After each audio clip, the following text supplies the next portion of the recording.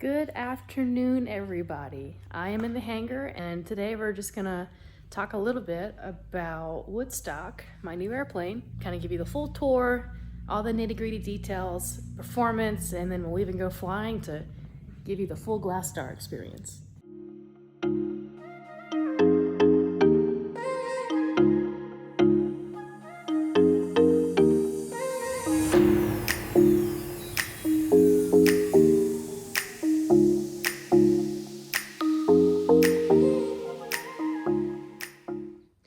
Woodstock is a Stoddard Hamilton GlaStar kit that was finished in 2002. And by kit, I mean experimental, amateur-built aircraft.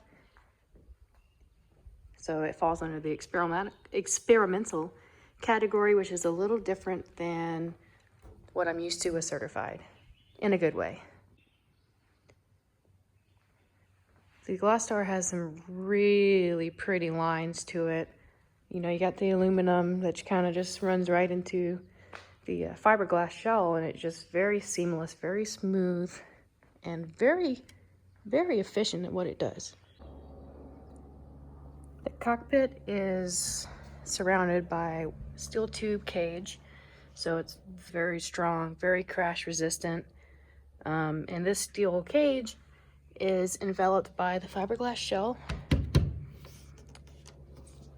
And then the flying surfaces, wings and tail, are all riveted aluminum. The cabin space is huge. It's, I believe, 4 inches wider than a Cessna 182. Tons of headroom, huge windows that basically you can look straight down because they're bubbled out quite a bit. And in the back, there's quite a bit of baggage space. Now, my friend is a very tall guy, so when he wants to fly it, he'll stick this little extender on because the stick sits so low for him to being such a tall guy. But we'll probably put a little quick pin or something in there so he can, you know, fly that a little easier. But it is stick controlled. I've had quite a few questions asking how I like the stick or how I transition to the stick. I've actually flown a lot of stick airplanes, so it was really no transition to me. It's same concept. Like it's not that hard to get a hang of. The one thing that is a little different perhaps is most stick airplanes that I've flown, you fly with the stick in your right hand and not the stick in your left hand because your right hand's got to be on the throttle here. So it's a little different, but you really don't even notice it. Right now we have a little patch here until we can do some more work to get the second AV30 in, but I did install one AV30 here. Probably would have done G5s, except I don't think they would have fit by how closely he cut out this panel, he being the builder. So the second one hopefully will be going in soon. Other than that, it's a really clean panel, just, you know, very pleasing to look at. The doors swing all the way open, so getting in and out is a breeze.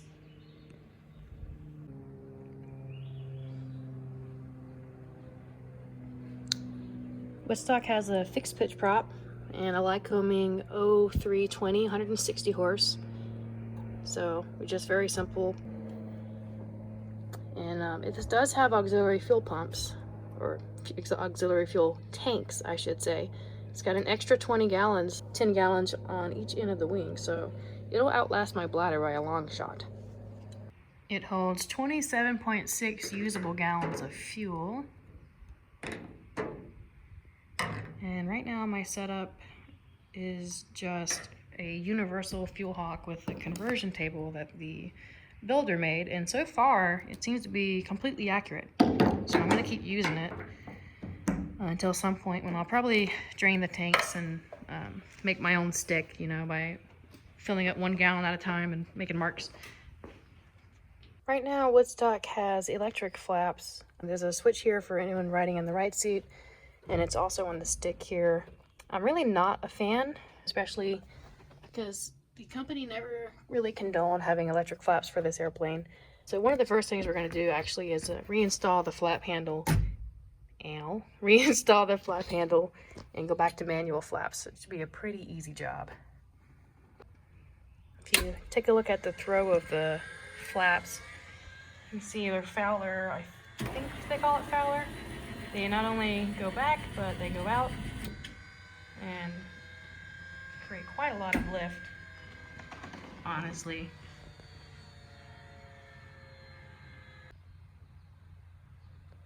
I have been working on polishing this plane bit by bit, and obviously I've not gotten some of the peskier things like the underside of the wings yet, but we are getting there. Just last week, or this weekend rather, I installed the Whelen Orion 600 series NSP nav strobe and position lights, and oh my god, they are beautiful. I am so in love with these lights, and you can see them for miles. They are the brightest things I've seen in quite a long time. This is what the rest of the plane will look like when I finish polishing it. I do have this section done. I'm not a fan of this pitot tube in particular. I think an airplane that goes this fast needs something a little more solid. This one's pretty cheapo, but you know, it's working for now until I can get that replaced with something a little nicer. The landing gear, as it sits in this tricycle configuration, has 5-inch wheels, so they're a little small. So you can definitely feel them dig in and grass, which is one of the big reasons I want to go to tailwheel and, you know, get some slightly larger wheels on there. Nothing too crazy. Yes, those are Tundra tires up there. And yes, they are probably going on. So, it'll be like landing a marshmallow. The cowling is held together by these piano hinges. So this just slides through them all the way back. And it's pretty easy on and off cowl, actually. The nose gear is castering, which means it swivels free. It's not steerable, so you steer it with differential braking, just like many, you know, your Grumman Tiger and your Cirrus and your Diamonds and all those things, and your Vans, of course, your Vans. As well as the NSPs on the wingtip, we also have replaced our one landing light with the Whelen, and let me tell you, Whelen, you're doing something right. It's one of the best upgrades you can do to your plane, and it's so simple. The prop is a fixed Cessnich. Right now it's pitched for cruise pretty heavy, so I'm not getting really good RPM on initial spool up, so it could probably have a little better takeoff performance if I got a slightly less pitched prop on it. But you know, for now it does just fine and cruises fast. These are called Nacaducts. Basically, you notice there's no intake for the carb out front. Well, that's this guy right here. Goes in and the air filters back in there. So, kind of gives it a nice smooth look. And here's another Nacaduct for cabin air, which is very efficient. It blows pretty good. Yes, there's a static port on 2 sides on this plane. Not sure if that's standard for all of them, but Woody's got 2. You can really see the effects of it sitting for 5 years in Colorado when you look at this aluminum. But the good news is it does polish out like I've done here on the leading edge, and it's just going to be a lot more work to keep going on it. Some people love it and some people don't. I happen to love it, but the GlaStar has a huge tail. It is massive. Like, my God, that's a big old tail.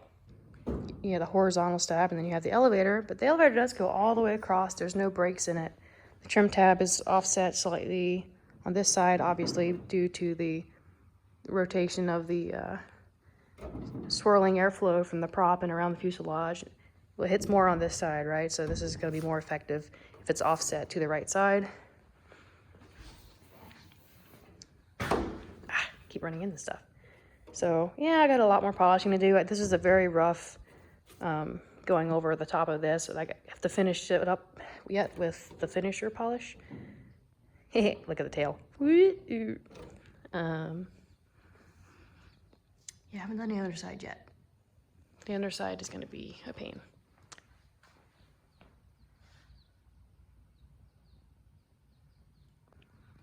This is just a beautiful bird to just look at. It's beautiful to fly. I'm in love. I love this airplane to pieces.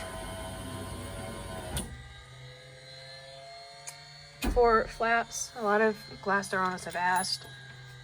He's using basically a Vans RV8 motor.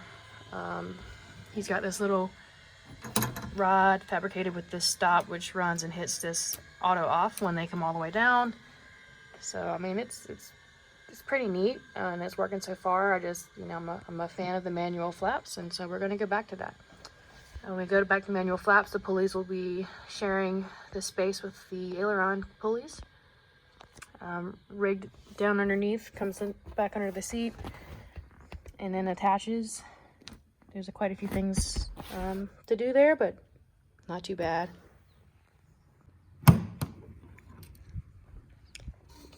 Richard did a really good job on the engine in here. It's very clean, everything's very neat.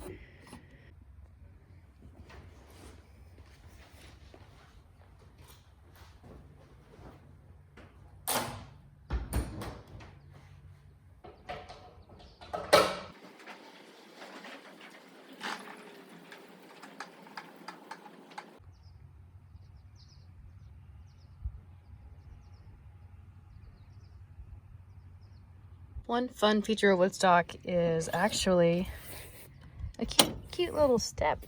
Where this is where normally the landing gear will go when I convert it to tail wheel. And so, for now, it's kind of cute.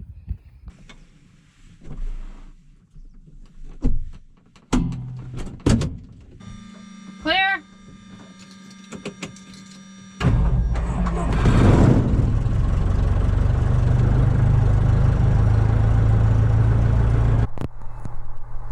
We are live in the cockpit of Woodstock.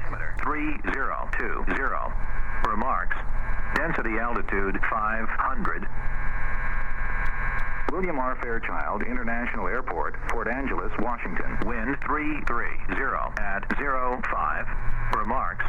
Density altitude 500. Fairchild traffic 3 Foxtrot Papa 4508 left-hand traffic. You just say you were going to land 08? Yeah, it wasn't clear what the wind was favoring at this point. 26 still. It's coming out of the northwest. I'll do 26, no problem. Okie dokie.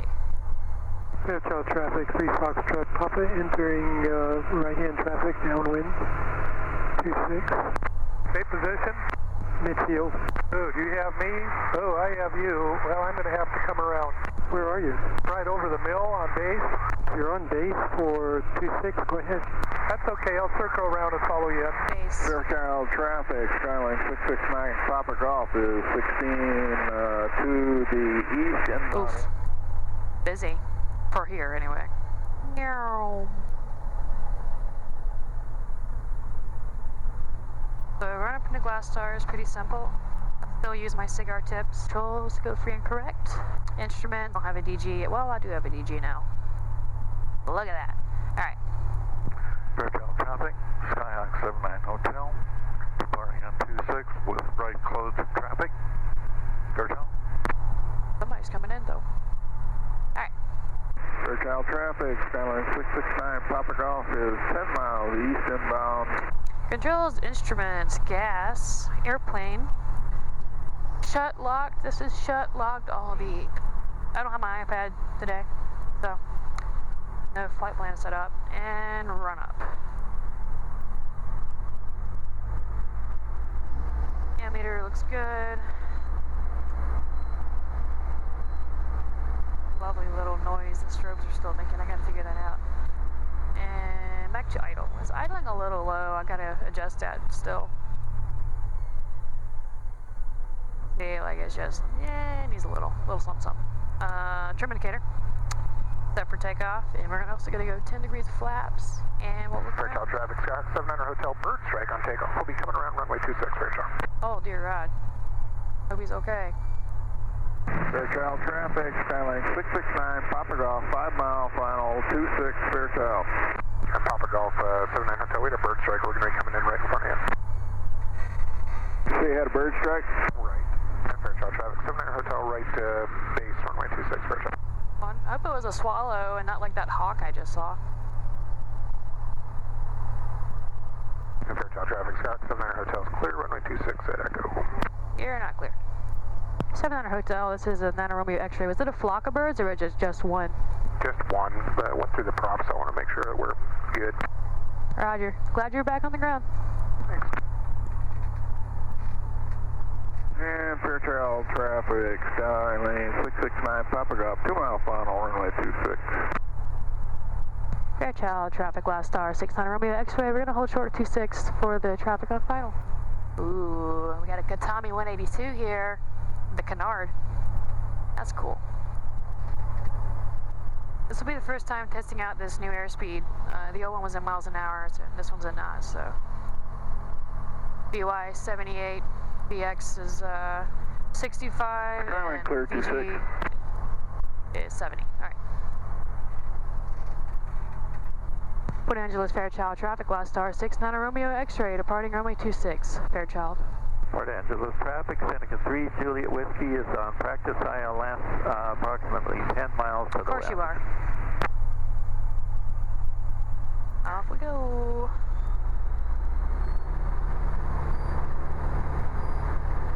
So I just let her roll, get some good speed, and I can just ease on back. Ooh. And we get in the air pretty quick.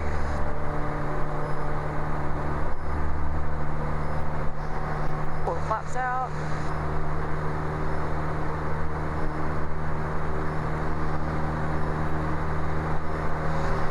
Pretty much VY, full main tanks, and me, and 1,100 feet per minute. And it's about 60, 70 degrees outside, 65, something. Fairchild traffic, GlaStar 600 Romeo X-ray, right crosswind 26, Fairchild. It's an airplane that really does not need much rudder at all. It's very, very sensitive rudder, which means you don't need much. I should have my iPad for ground speed, huh? 123.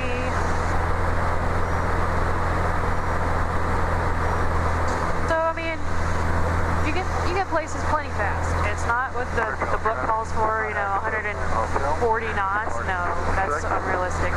But it does great, and it just flies super hands-off. I love it. I can fly with my knees when I want to.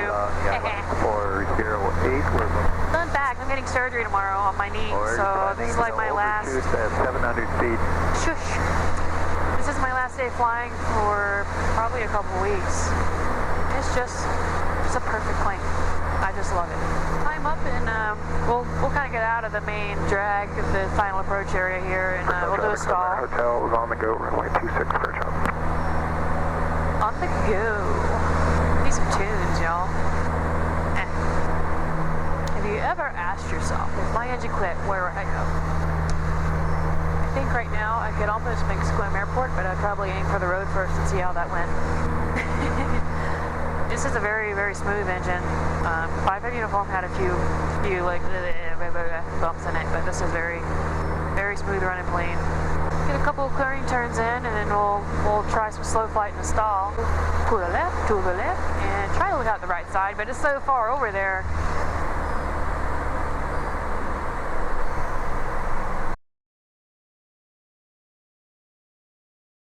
I'll be interested to see when it stalls on the new notch indicator. 56. Slow it on down some more. 53. Alright, we're at the bottom of the white arc. This airspeed. There's 49 on the AV30. 47. Starting to feel it. There we go, getting an angle of attack warning there. 46, 45, and you can see this thing just doesn't stall. I've got the stick all the way back, and we're just mushing down. We're just like, I know it doesn't want to stall. This is a stall, guys. This is it. Like it won't let you stall. So let's try that with a little bit of flaps. Throw them down here. All right. I'll go power off as if we're doing an approach here. And we'll just pull it back.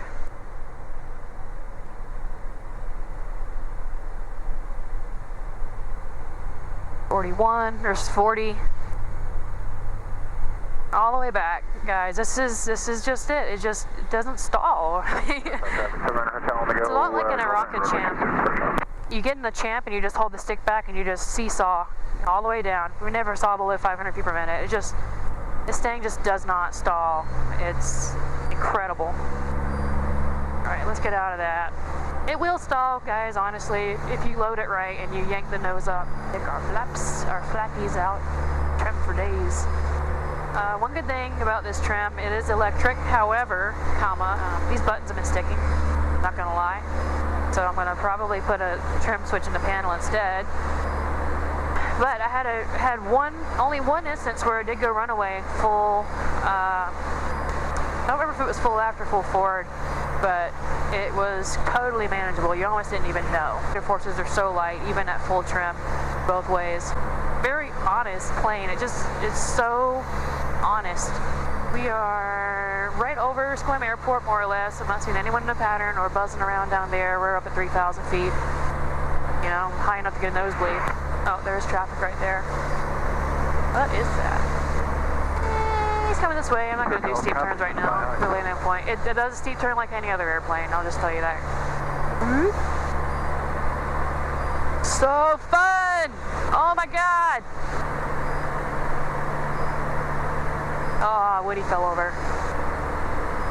And that rotor is so sensitive. If you're off at all, man, you'll know it. Yes, you can go from instant fighter pilot to hands off. It's awesome. Celsius. Oh, Altimeter 3019er. Remarks. Density altitude 700.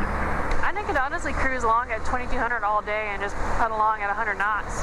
It's still 10 knots faster than a 150, and I'm 2200 RPM. Well, full stop. We'll try to swing out and hit the 45 to right downwind for 26, unless there's absolutely nothing going on, and I might just swing a right base. But don't do that at home. Let's see if I am me telling you that. Actually, I don't care what you do. Do what you want.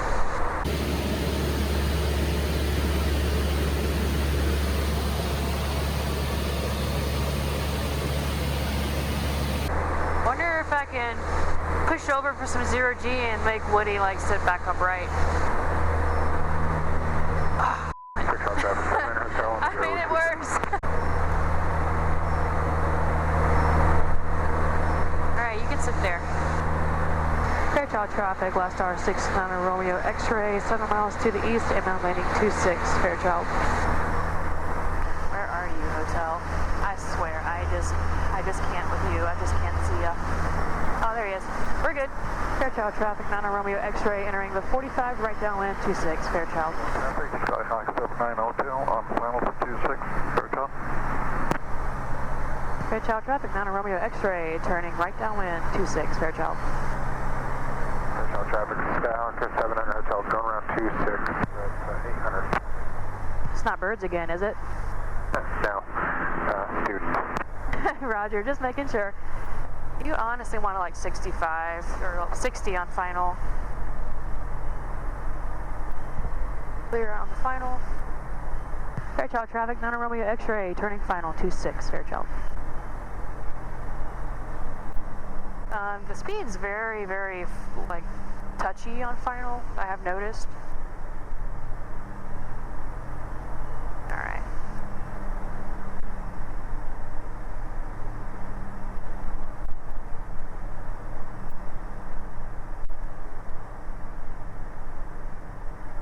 One thing you got to realize with the GlaStar too is you're sitting in a wide cabin on the left side of the plane, so you got to line it up to you and not that center of the nose.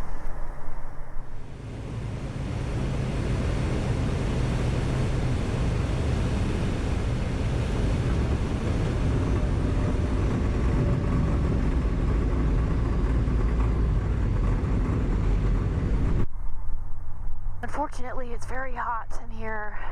There's no window vents or anything.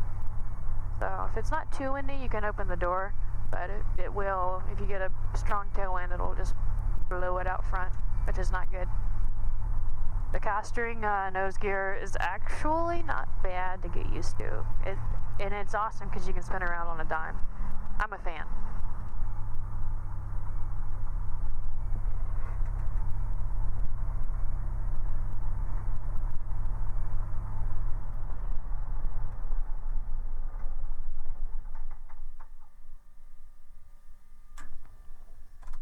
Did I mention they look good?